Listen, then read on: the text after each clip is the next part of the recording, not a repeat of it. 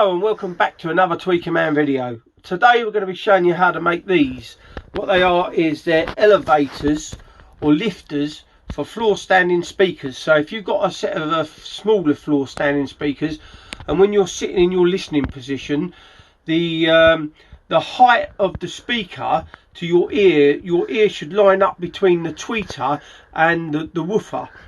Now my ones in there, they don't, they're lower. And you're not getting the right performance from your speaker. So I've produced these, which are elevators. So you can make these to your desirable size. So what we're going to do now is we're going to show you how to make these. They're very simple but really effective.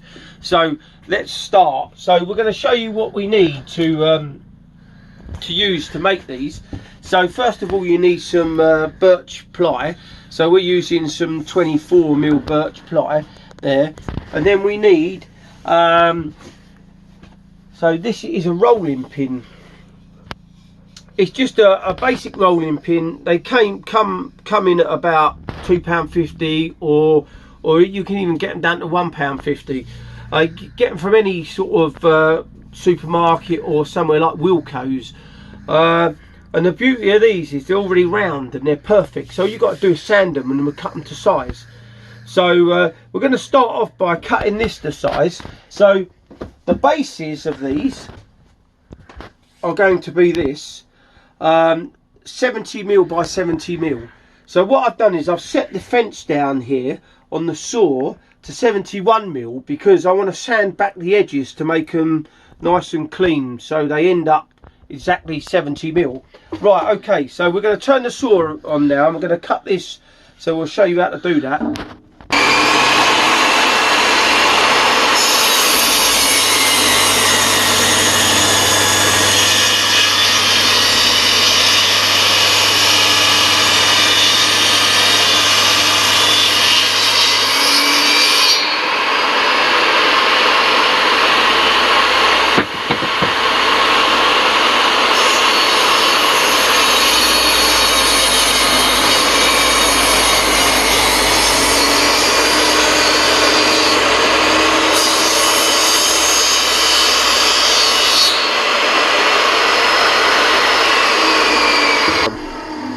Right, okay, so we've got our piece cut to size. So now what we want to do is we want to head over to the linisher here, and we're going to we're just going to sand this up, but we want to put a bevel on the edge of that. So we're just going to turn this on. We want to sand out all the saw marks off the edge.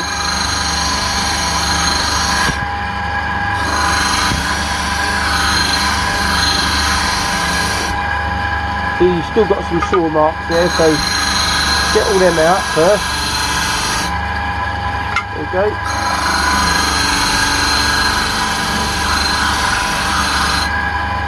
That's it. Now what we're going to do, we're going to put a bevel on this. So all we want to do is we just want to angle it slightly.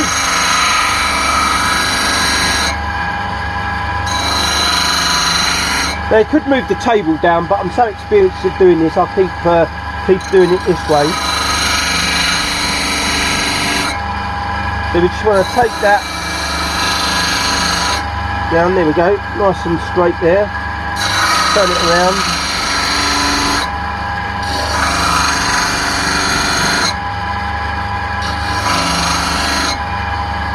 There we go, a bit more.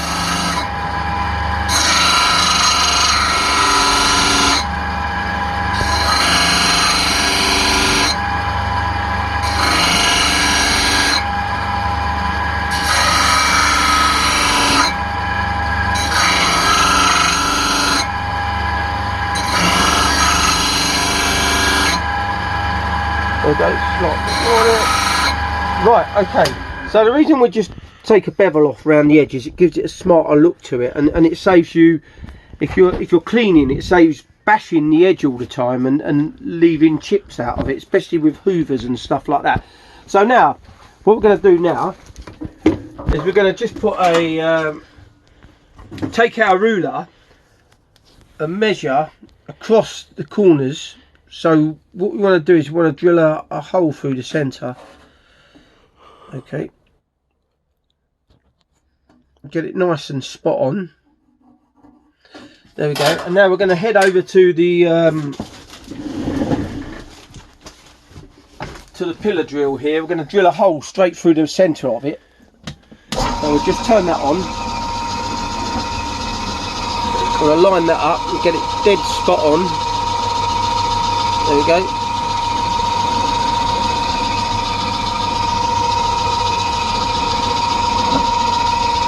There we go, that's spot on centred.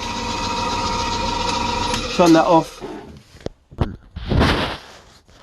So this is a rolling pin that I've already sanded, super smooth, really is smooth. So what we're going to do now is just going to flip this saw back up, because this is a dual saw that goes up and down. It turns into a mitre saw, chop saw. I'm just going to cut this to size now. So these elevators, they're 125mm high, because that is what I've measured for my listening position, and I want to get it perfect. So you can also use these on speaker stands. So if you've got a set of speaker stands, or someone gave you a set and they're not quite tall enough, you can make a set of these just to elevate them, because it's cheaper to do this than buy a new set of stands. So let's cut this down here now. So we're just going to take the saw down.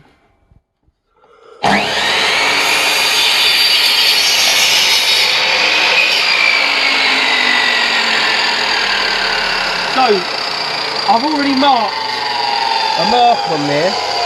You see it there, it's got a little arrow on the top of it. That measures exactly the size that I want to cut to. So I'm just going to offer it up to there and then chop it down.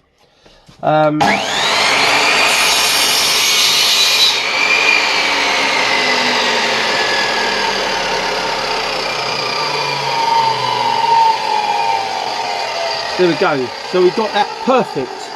So all we need to do now is we want to sand these up, just the ends of them, before we start to put them away. Now I'll show you this sandpaper that I use all the time, because it's really pucker. So this is made by Merca, but it's got a foam back into it, so it moulds to everything really easy. So so we only really want to sand up one surface there, because the other surface is being glued to the bottom.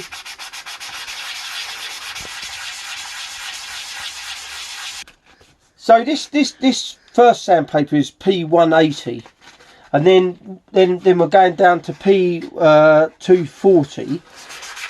So we're just going to go over again, just to get that to a certain amount, just to take any sort of saw marks out of the top of it, because you get sort of micro saw marks. And then we need to sand this up thoroughly as well, using the two grades. And then what I do then after is I skip to 1000 grade, so I really want a nice super smooth finish. So we're finishing off the sanding with the 240. Well, we're not actually totally, because we're going to use some. This is fabulous sandpaper, this stuff. It really works well. They use it in car body repair shops as well, because it shapes to the part that they're sanding down. Right, so that's that. And then we're going to nip to P1000, which is really smooth. You want to get all of it. If you're going to do a job, you've got to do it right. It's got to look the part as well. You want it to look really professional. So all I'm going to do is just show you how to stain this. I'm not going to finish it. So these are going to be sprayed in a matte finish, using this, which is a cellulose matte finish. So they match the speakers that I've got, which you can colour them or spray them or paint them whatever colour you like. If you want them black to match your speaker stands, if you're using them under stands, or you've got another set of speakers that are a mahogany colour or some sort of light oak or anything. There we go. I mean, companies charge you bloody, if this was made by Russ Andrews, he would market these out about £200 each. I'm not joking, and they're peanuts. That's the sort of price that guy charges for his products. Right, so we've got that now to sand into there. And then this is our top part there, which we want to go over with some 240 on that one. Just to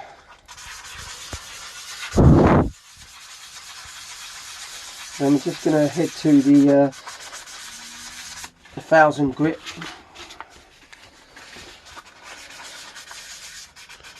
We'll give them a final sand up once we've glued them together. Right, okay. So we've got onto that stage now.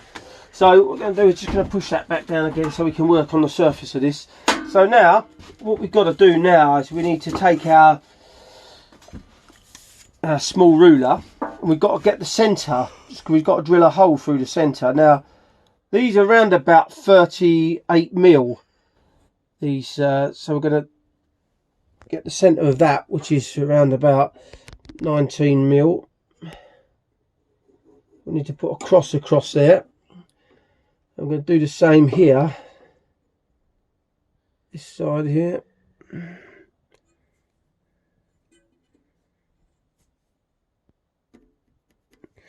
we go. Because we want to drill a hole straight through it. Now the reason why I use a pillar drill is because it's dead accurate and straight. If you're using a hand drill, you can wander and go off on an angle. But you can do it with a hand drill, a battery drill or electric drill. So we're just going to go over to there and then put another mark onto there. Bring that back there. There we go. So that is dead spot on in the centre there. So now what we're going to do is just head back over to the pillar drill. Okay, so we can remove that down there again now. So we're going to just take our drills here and drill it.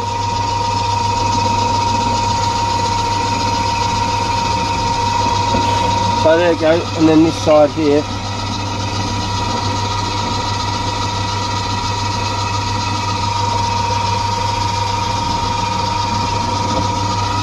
A bit more than that.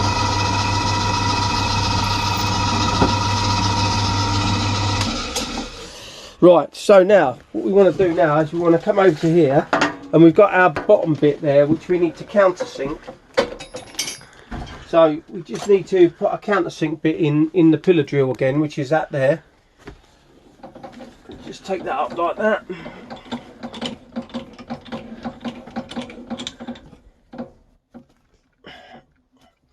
Put that in there, stick that bit back on there because it's nice and easy, saves me keep pulling the pillar drill up and down. And now we're just going to countersink that, just to get it to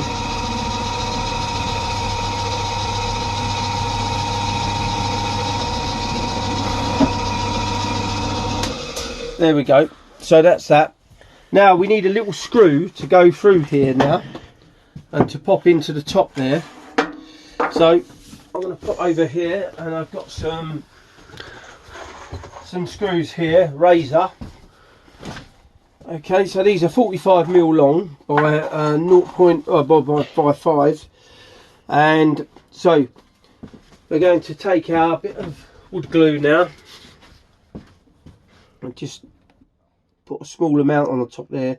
We don't want too much because it will start oozing out the sides and that, and then you've got to mess about cutting, taking a piece of cloth and wiping it all, and then you're into making sure you get all the glue off, otherwise when it comes to staining it, the stain won't take to that area. So now we've got a drill here with a posi drive bit in it. So here we go. So we're just going to pop that on the top of there and get it at an angle there like that. Get that on there like that.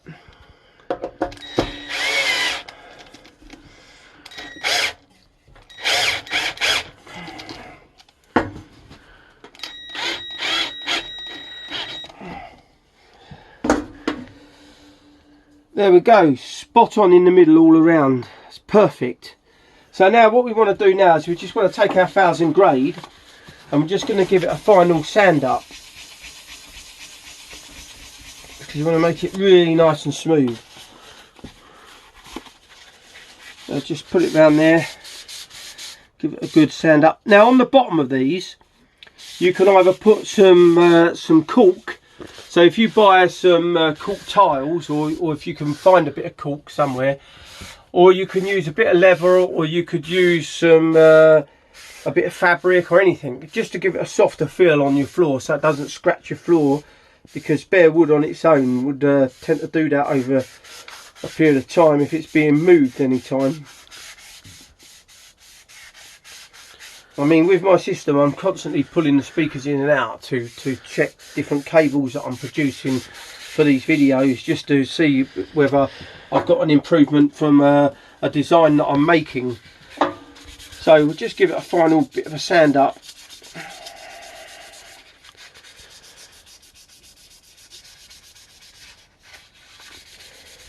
Now, those of you who don't know, I'm a furniture restorer. So I do restoration and upholstery. I've said this before on previous videos. So I've been doing this trade. I'm 51 coming up next Monday. Not this Monday, coming the following Monday. And I've been doing this since I was 16, so it's a long time now.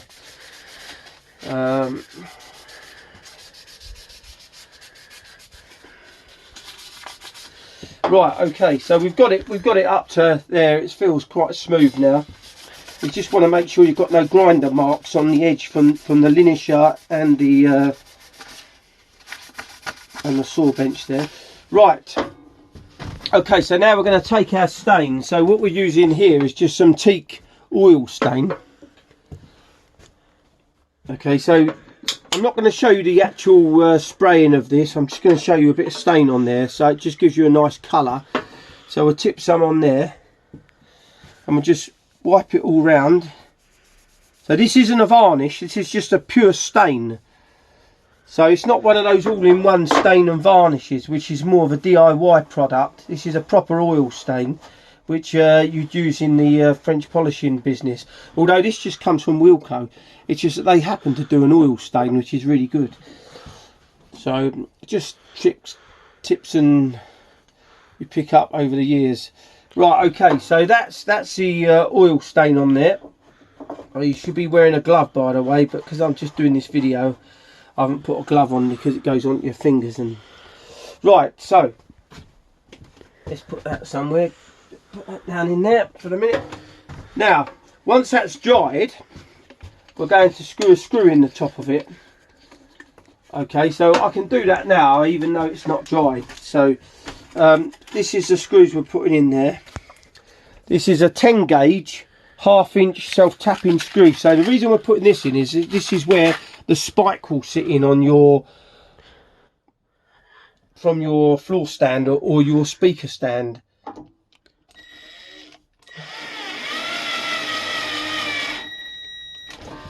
There we go. So now what we want to do is we just want to buff up this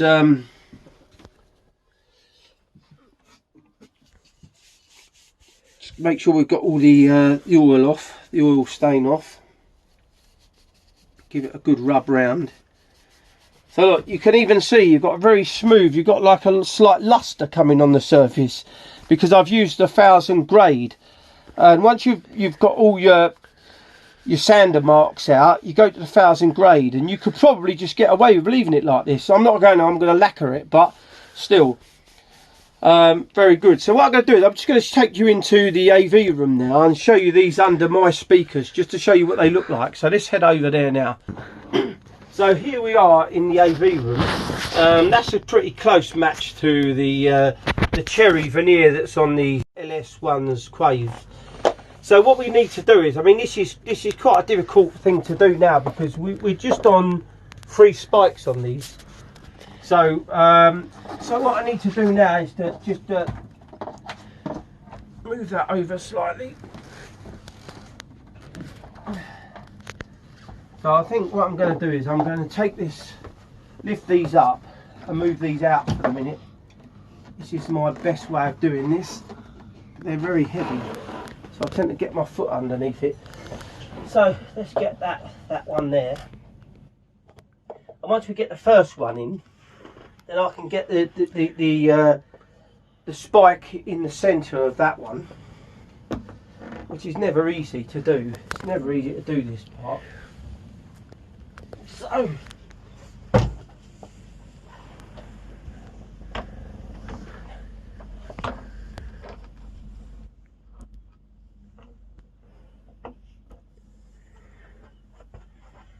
this is going to be quite difficult to do this.